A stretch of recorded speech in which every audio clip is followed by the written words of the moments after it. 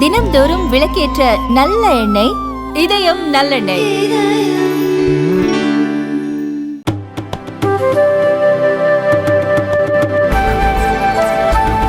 Sir,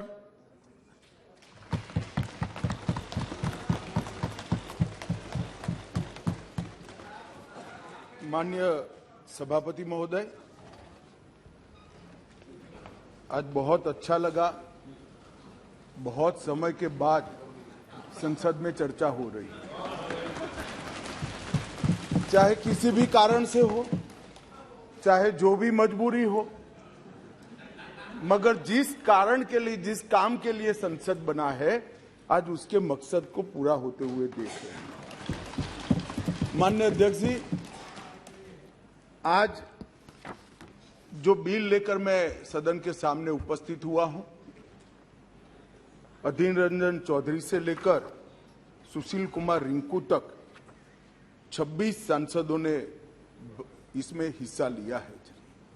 किसने पक्ष में बात करी, किसी ने विपक्ष में बात करी, किसी ने पार्टी लाइन पर बात करी, किसी ने अपने मन की बात करी, परंतु आज चर्चा हुई, इसका मुझे आनंद है। मेरा एक छोटा सा सवाल है ये विपक्ष के सारे मित्रों को कि संसद ने अब तक इस बैठक के अंदर, ये सत्र जब से शुरू हुआ तब तक 9 बिल पास कर लिए। सारे बिल अपनी अपनी जगह बहुत महत्वपूर्ण थे। माननीय अध्यक्ष, हर क्षेत्र के महत्वपूर्ण बिल थे। उसमें इन्होंने कहा पीएम आकर जवाब दे, पीएम आएंगे तभी संसद चलने लगे। आज क्या हो गया है? आज इस बिल में मैं तो स्वागत करता हूं, आपने चर्चा की, मुझे कोई आपत्ति नहीं है, मैं तो चाहता हूं हर रोज ही आ जाइए, परंतु आज क्या हुआ है? क्या डेमोक्रेसी की चिंता है? तो डेमोक्रेसी की चिंता है तो हर एक बिल महत्वपूर्ण है, हर एक बिल महत्वपूर्ण है। क्या देश की चिंता है तो किसानों के लिए भी बिल आया, बाकी सारे विषय के लिए भी बिल आए, मगर कोई नहीं आया। साहब, ना डेमोक्रेसी की चिंता है, ना देश की चिंता है, ना जनता की चिंता है। अपने गठबंधन को बचाने के लिए सारे लोग यहां आए। और आज मुझे कह रहे थे कि भारत आपको देख रहा है। मैं बता रहा हूं कि भारत देख भी रहा है, देखना भी चाहिए। आपके दोहरे चरित्र को भारत देख रहा है। आपके लिए जनता के बिल महत्वपूर्ण नहीं है। हमारे गठबंधन से एक छोटी सी सुपारी जितनी पार्टी भागकर न चली जाए, इसका बहुत बड़ा महत्व है। आपकी प्रायोरिटी बड़ी स्पष्ट हो गई भाई, बहुत स्पष्ट आप लोगों ने ही कर दी। मैं तो कुछ बोला नहीं, चुपचाप सुनता रहा, सबको पढ़ा और सब बड़ी बड़ी दुहाइयां दे रहे थे। अरे भले आदमी, कोई तो सच बोल देता कि हम इसलिए आए हैं कि केजरीवाल जी हमारे गठबंधन से भाग न जाए। माननीय अध्यक्ष जी, खैर उनका जो कारण हो, मणिपुर उनका एब्सेंट रहने का कारण नहीं है। मैंने पहले दिन से यहां कहा है, जितनी लंबी चर्चा करनी हो मणिपुर पर सरकार चर्चा करने के लिए तैयार है। हर चीज का जवाब दिया जाएगा और मैं दूंगा जवाब, मैं दूंगा जवाब। माननीय अध्यक्ष जी, उनको प्रॉब्लम एक ही है कि जनता के मन में भ्रांति खड़ी कर दी जाए। मैं उनको बताता हूं कि जनता है जो सब जानती है, कभी भ्रांति खड़ी नहीं होती है। आज आपने अपने आप को यहां पर एक्सपोज कर दिया है। माननीय अध्यक्ष जी, पूरी चर्चा को मैंने सुना। प्रेमचंद्रन जी से लेकर सारे लोग जो विषय पर बोले, मैंने ध्यानपूर्वक नोट भी पढ़े हैं, सुना भी है। माननीय अध्यक्ष जी, ये फिर से मैं एक बार कहता हूं कि सदन जनता को गुमराह करने की जगह नहीं है। सारे लोग राज्य के अधिकार, राज्य के अधिकार, राज्य के अधिकार कह रहे हैं। कौन से राज्य के? कौन से राज्य के? दिल्ली राज्य ही नहीं है, ये तो संघ प्रदेश है। और संघ प्रदेश में भी राजधानी क्षेत्र है जो एक विशेष आर्टिकल के तहत बनाया गया। अनुच्छेद 239 से 242 तक दिल्ली के कामकाज करने के तरीके को संविधान ने स्वीकार किया। हम तो संविधान संशोधन लेकर नहीं लाए थे, आप ही आए थे। 69वां संविधान संशोधन आप लेकर आए थे, आपने ही अधिकार नहीं दिए थे। अधिकार उसके तहत अनुच्छेद 239 ए 3B के तहत संसद को दिल्ली संघ राज्य क्षेत्र या उसके किसी भी भाग के लिए, उसके संबंधित किसी भी विषय के लिए कानून बनाने का पूर्ण अधिकार है।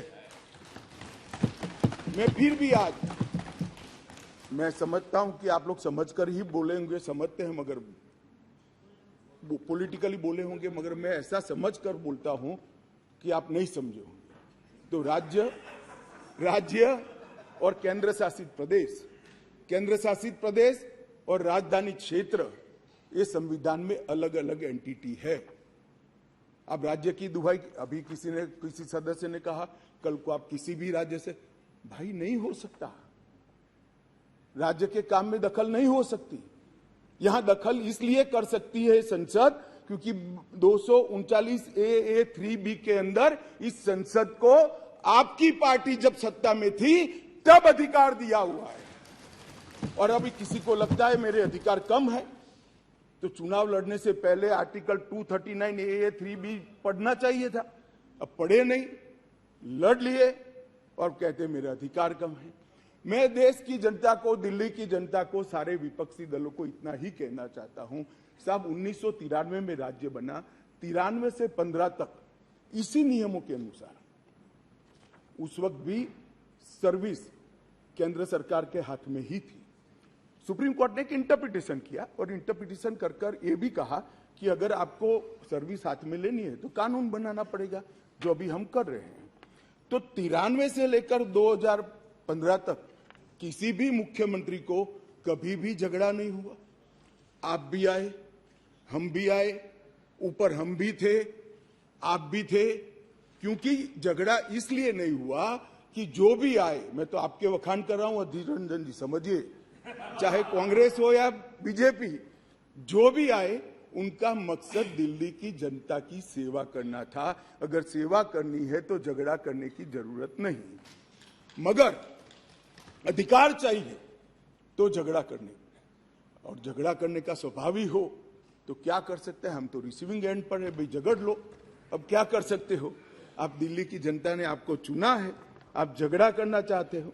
और रूल्स बनाने के पावर के बारे में किसी सदस्य ने कहा, मैं इतना ही कहना चाहता हूं कि रूल्स बनाने के अधिकार, जो एक्ट बनाने का जिसके पास अधिकार है उसी के पास रूल्स बनाने के अधिकार रहते हैं।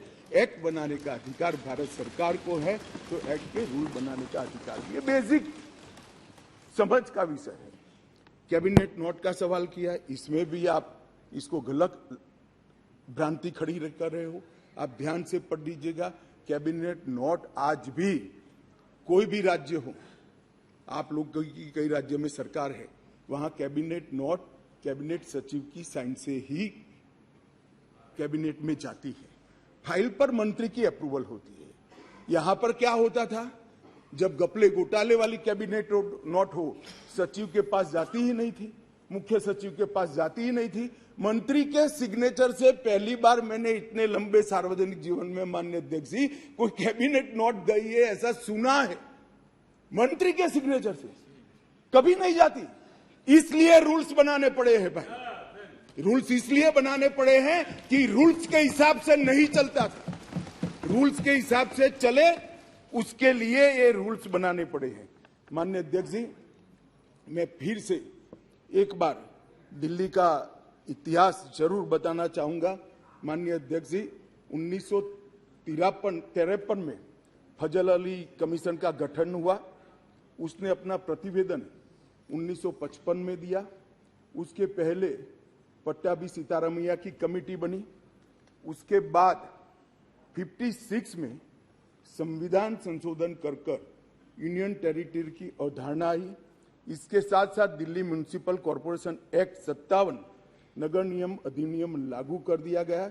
और 87 में जब सरकार या कमेटी बनी, उसके बाद दिल्ली को राज्य देने का निर्णय किया गया। 249A के तहत इसका विस्तृत वर्णन दिया हुआ है और 69वें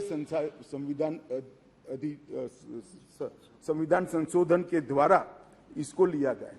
मैं एक जो रिपोर्ट है इसका कोट भी पढ़ना चाहता हूं। पहले मैंने जवाहरलाल नेहरू जी को पढ़ा, आम्बेडकर जी को पढ़ा। श्री रिंकू जी आम्बेडकर जी को कह रहे थे कि आम्बेडकर की भावना के खिलाफ काम करे हो। रिंकू जी, हम तो आम्बेडकर जी की भावनाओं के अनुसार काम कर रहे हैं।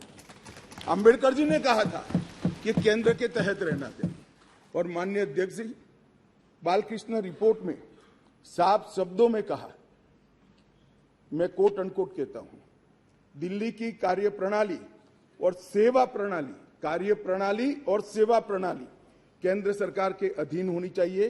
संविधान में संशोधन के दौरान तत्कालीन गृह मंत्री ने भी अपने वक्तव्य में ये बात को, रिपोर्ट को कोट किया और उन्होंने कहा कि बालकृष्ण समिति ने पूरे विश्व की राजधानियों की कार्यप्रणाली और सेवा प्रणालियों का अध्ययन करके ये प्रस्तुत किया है, जिसका हम पालन कर रहे हैं।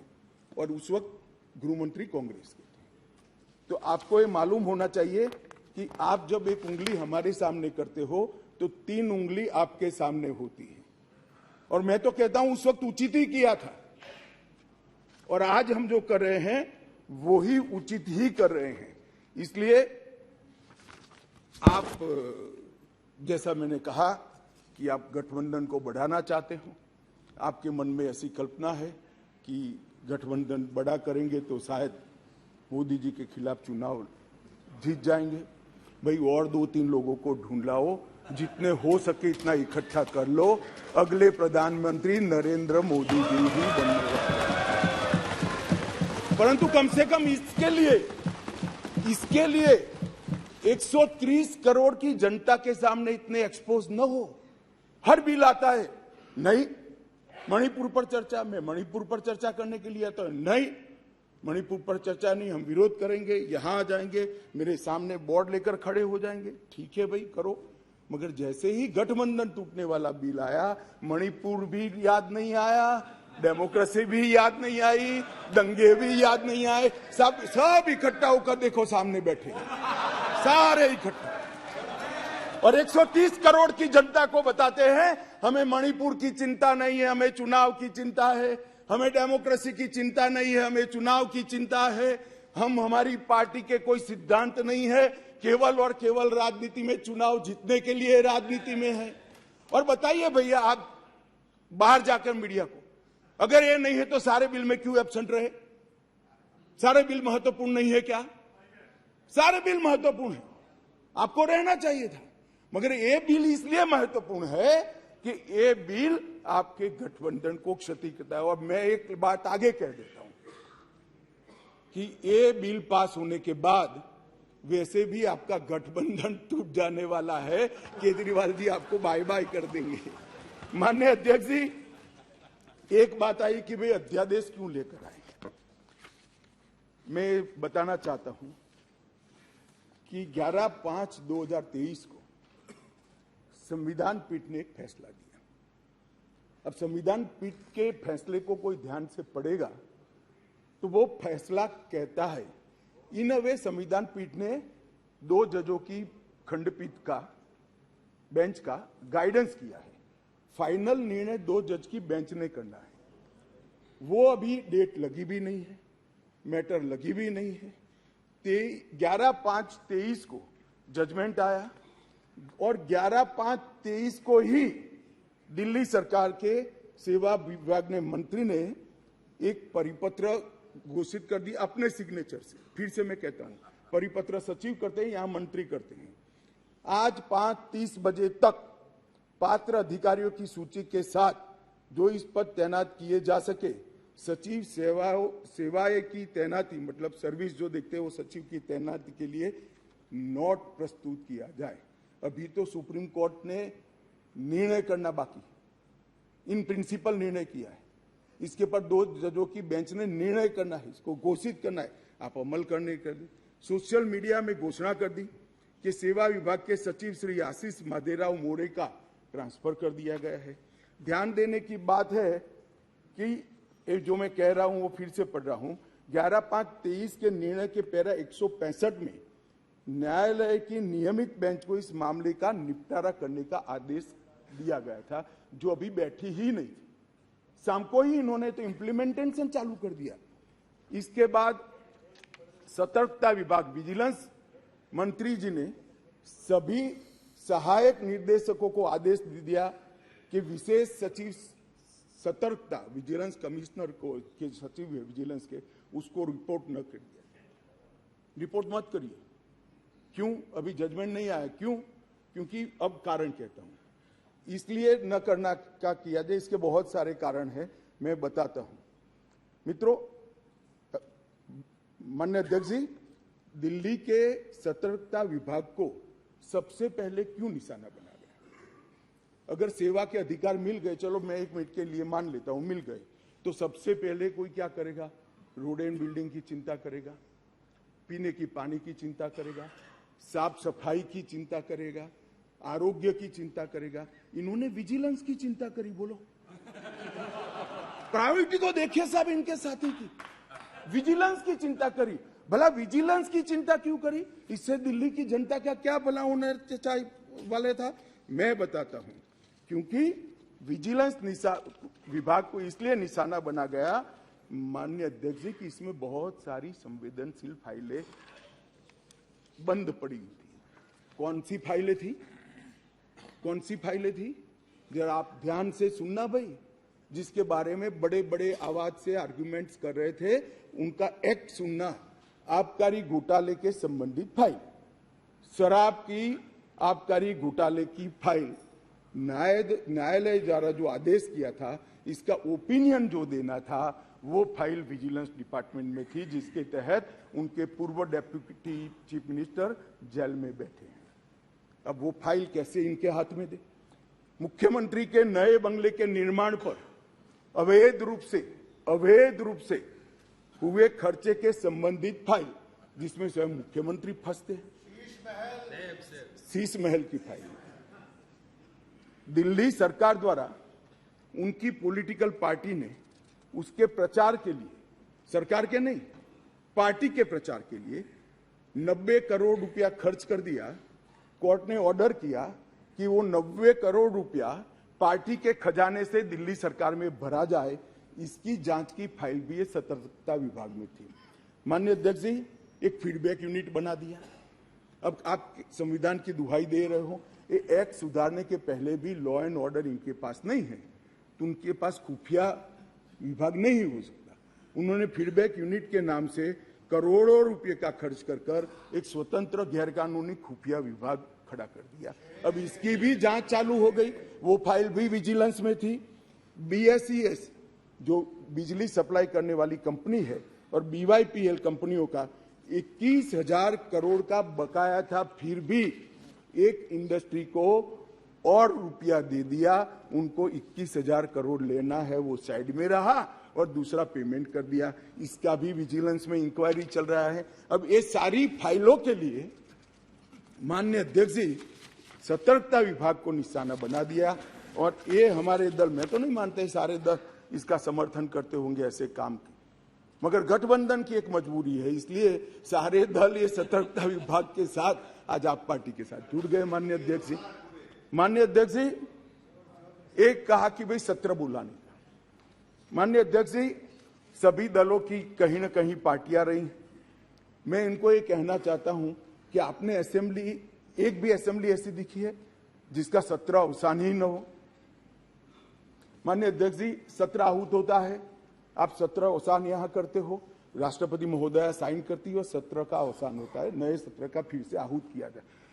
एक असेंबली देश में ऐसी है, दिल्ली संघ राज्य क्षेत्र की, जिसका सत्र अवसान ही नहीं होता है, चालू ही रहती है। और जब भी पॉलिटिकल भाषण देना है, रिस्पॉन्सिबिलिटी से भागना है, सदन के विशेषाधिकार का उपयोग करना है, किसी को गाली गलौज करना है, तो आधे दिन का सत्र बुलाकर गाली बोलकर फिर से सत्र निलंबित कर देते हैं। सत्र का अवसान ही नहीं होता है। मान्य देखिए, ऐसी कोई सरकार देखी है आपने? मैं इसलिए कह रहा हूं, इनको बताता हूं आप किसका समर्थन कर रहे हो। इसी किस व्यवस्था का समर्थन कर रहे हो माननीय अध्यक्ष जी? और देश की जनता को ये सब मालूम है। और एक कैबिनेट के अधिकारों की बात कर रहे हैं, असेंबली के अधिकारों की बात कर रहे हैं। 2020 में दिल्ली विधानसभा का एक ही सत्र बुलाया गया, बजट सत्र, जिसमें 5 बैठकें हुई, 2 दिन का, जो मजबूरी है बजट पारित कराना है। 21 में भी एक ही सत्र बुलाया गया, बजट सत्र, जिसमें 3 दिन की बैठक करी, चार बैठकें करी, वो बजट सत्र था, मजबूरी है। 2022 में एक ही सत्र बुलाया गया, बजट सत्र, क्योंकि मजबूरी है बजट पारित करना है। और 2023 में भी एक सत्र बुलाया गया, बजट सत्र। इसके अलावा विधानसभा ही नहीं बुलाई माननीय अध्यक्ष जी। अरे विधानसभा के अधिकारों की हमारे विपक्षी दल के मित्र, कौन से अधिकार भाई? विधानसभा बुलानी है नहीं है? ओवैसी जी आप मुगालते में हैं, आप मुगालते में है, विधानसभा बुलानी ही नहीं है।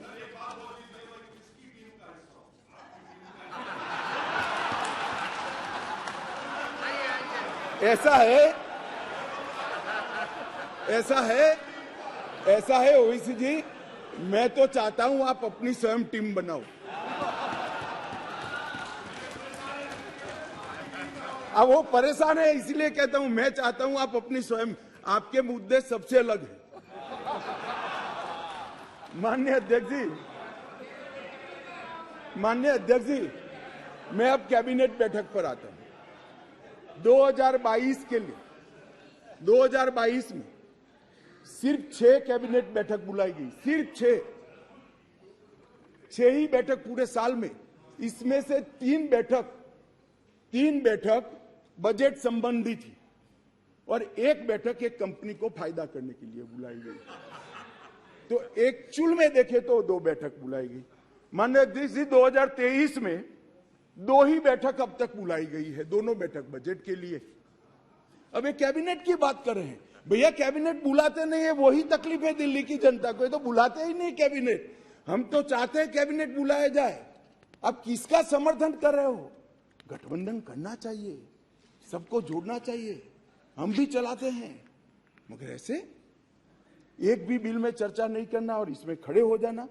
माननीय अध्यक्ष जी, शॉपिंग फेस्टिवल आयोजित करने के लिए विज्ञापन के नाम पर करोड़ों रुपया खर्च कर दिए। इसमें भी कोर्ट ने स्ट्रिक्चर किया। केग का रिपोर्ट 2 साल से सदन में नहीं रखते हैं, संवैधानिक प्रोविजन है। आप हमें संविधान सिखाते हो, जरा आपके साथी को सिखा दो कि केग के रिपोर्ट को आप छुपा नहीं सकते हो। 2 साल से साहब केग का रिपोर्ट नहीं छुपा, सदन के पटल पर नहीं रखते। बोलो क्या ये संवैधानिक प्रावधान है?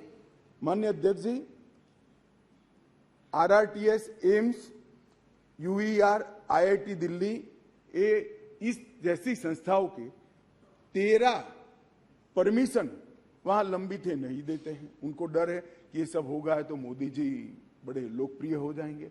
मैं इनकी सरकार चलाने का तरीका बताता हूं माननीय अध्यक्ष जी। 5G टेक्नोलॉजी लाने के लिए 2016 के एक अधिनियम बनाए, देश के सारे राज्यों ने, इवन DMK ने भी इसको एक्सेप्ट कर लिया, परंतु दिल्ली नहीं करता है क्योंकि उनको विकास से कोई सरोकार नहीं है। माननीय अध्यक्ष जी, 2013 से जो सिविल सर्विस बोर्ड की हमने रचना की, इसको लेकर ये आगे गए। माननीय अध्यक्ष जी, मैं सदन के सामने और आपके माध्यम से देश की जनता को बड़ी विनम्रता के साथ कहना चाहता हूं कि ये अध्यादेश और बाद में अब जो बिल में कन्वर्ट हो रहा है, वो विधेयक लेकर मैं आया हूं, ये संपूर्णतया संविधान सम्मत है और केवल दिल्ली की जनता के कल्याण के उद्देश्य से बनाया गया है। हमारा कोई राजनीतिक उद्देश्य इसके लिए नहीं है। माननीय अध्यक्ष जी, मैं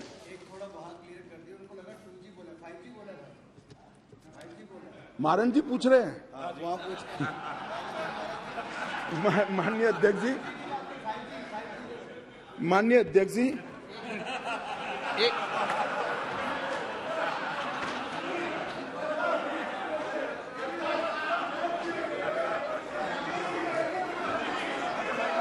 भाई ये भी खड़े हो गए, मैं क्या करूं? एक पर ये भी खड़े हो गए। सदन की कार्रवाई इस विषय की समाप्ति तक बढ़ाई जाती है। माननीय गृह मंत्री जी,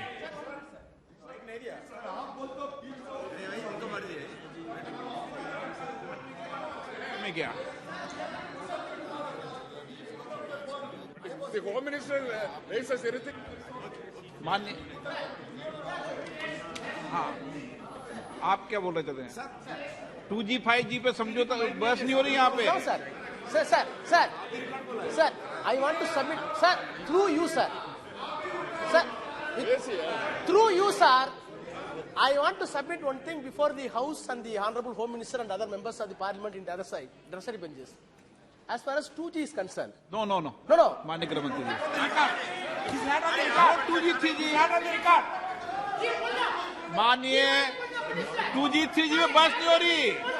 नो कुछ नहीं बोला। नो लगाया है। आप क्यों 2G पे नाम पूछ नाराज हो रहे हो? अरे 2G पे नाराज पे इतना नाराज क्यों जाते हो? देखो, पुरानी बातों को लेके मत चलो।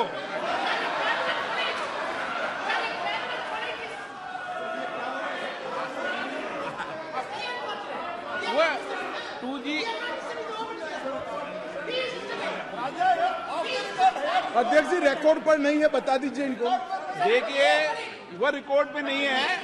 आप क्यों रिकॉर्ड में लाना चाहते हो बात? अरे ऑनरेबल मेंबर, वो रिकॉर्ड में नहीं है। आप क्यों रिकॉर्ड में लाना चाहते हो बात? ऑनरेबल मेंबर, वो रिकॉर्ड में नहीं है। Okay, no record, no record. Okay, माननीय गृह मंत्री जी,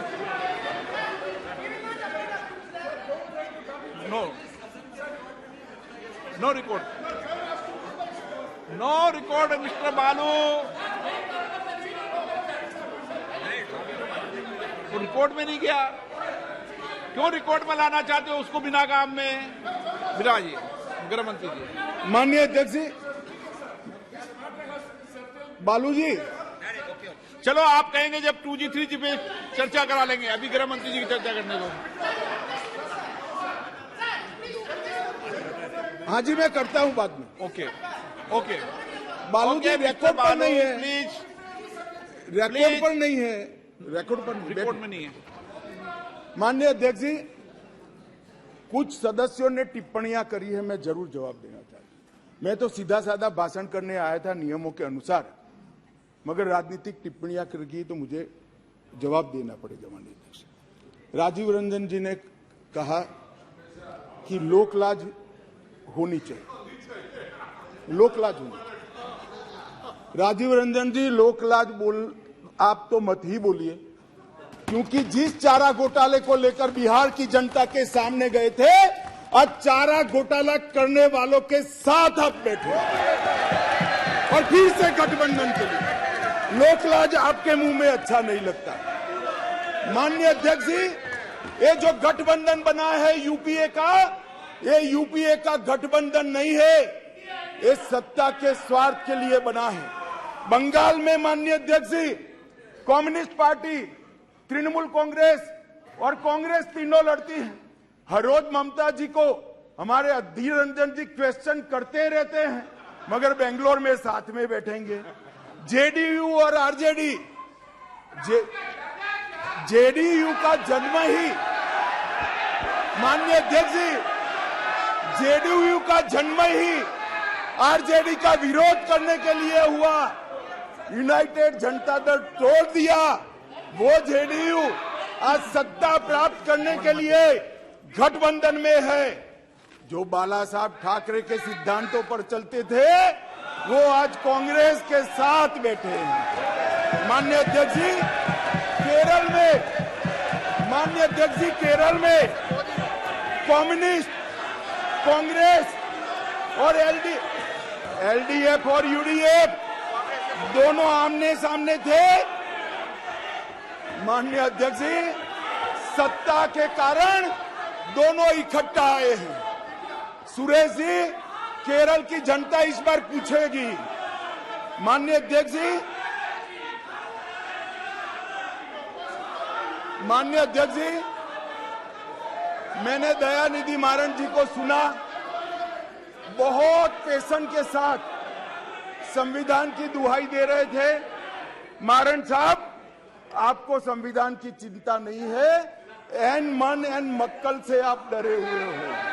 हमारी जो यात्रा शुरू हुई है, इसने डर खड़ा किया है। माननीय अध्यक्ष जी,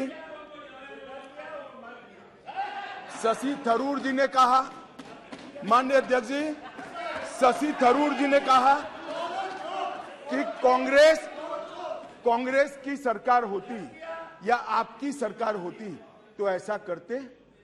भाई, कांग्रेस की सरकार और हमारी सरकार दोनों दिल्ली में रहा था, मगर हमने ऐसा किया ही नहीं था, तो ऐसा करने का सवाल ही पैदा नहीं हो रहा।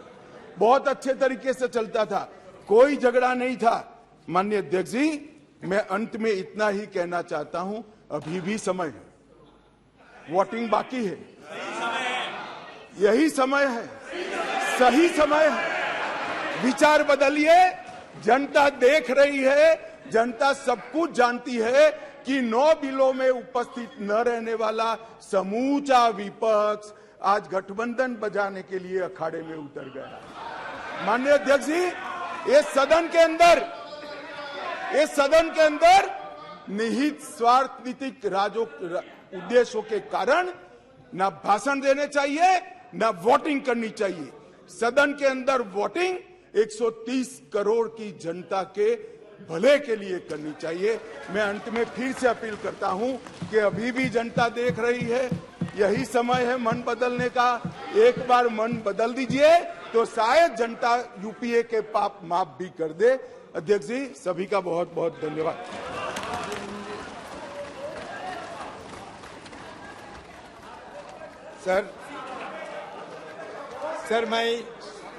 सर मैं स्पष्ट रूप से ये कहना चाहते हैं, शुरू में भी कहा था हम लोग कि ये अध्यादेश लाकर केंद्र ने संवैधानिक सिद्धांतों का उल्लंघन किया है और निर्वाचित सरकार के अधिकारों को हड़पने की कोशिश की है। ये संघवाद की बुनियादी सिद्धांतों को कमजोर करता है। सुप्रीम कोर्ट की संवैधानिक पीठ ने 11 मई को दिल्ली सरकार को जो अधिकार सौंपे थे, जिसके बाद केंद्र सरकार ने अध्यादेश लाकर कोर्ट का फैसला पलट दिया है। सर, यही हमारा मोटा मोटी यही हमारा ये सरकार के खिलाफ प्रश्न है कि सर एक मिनट, नहीं हुआ ये कब बोलने दीजिए सर। आपने बोल तो लिया, ये क्या बोला था? नहीं, ये तो रेस्पॉन्ड करने का अधिकार है सर, ये रेस्पॉन्ड करने का अधिकार है। सर एक मिनट अमित शाह जी, आप इतने सारे हमें भाषण सुनाया, ये लगा कि आप चुनावी मोड में आ गए। मुझे ऐसा उम्मीद थी कि कम से कम आज की तारीख में जब मणिपुर की बात आपने जिक्र किया तो कम से कम सुप्रीम कोर्ट मणिपुर के मुद्दे में क्या टिप्पणी की। सुप्रीम कोर्ट कहते हैं कि मणिपुर में सरकार नहीं है, पुलिस नहीं है, कोई शासन नहीं है। विषय पर बात कीजिए सर। संकल्प के समय जब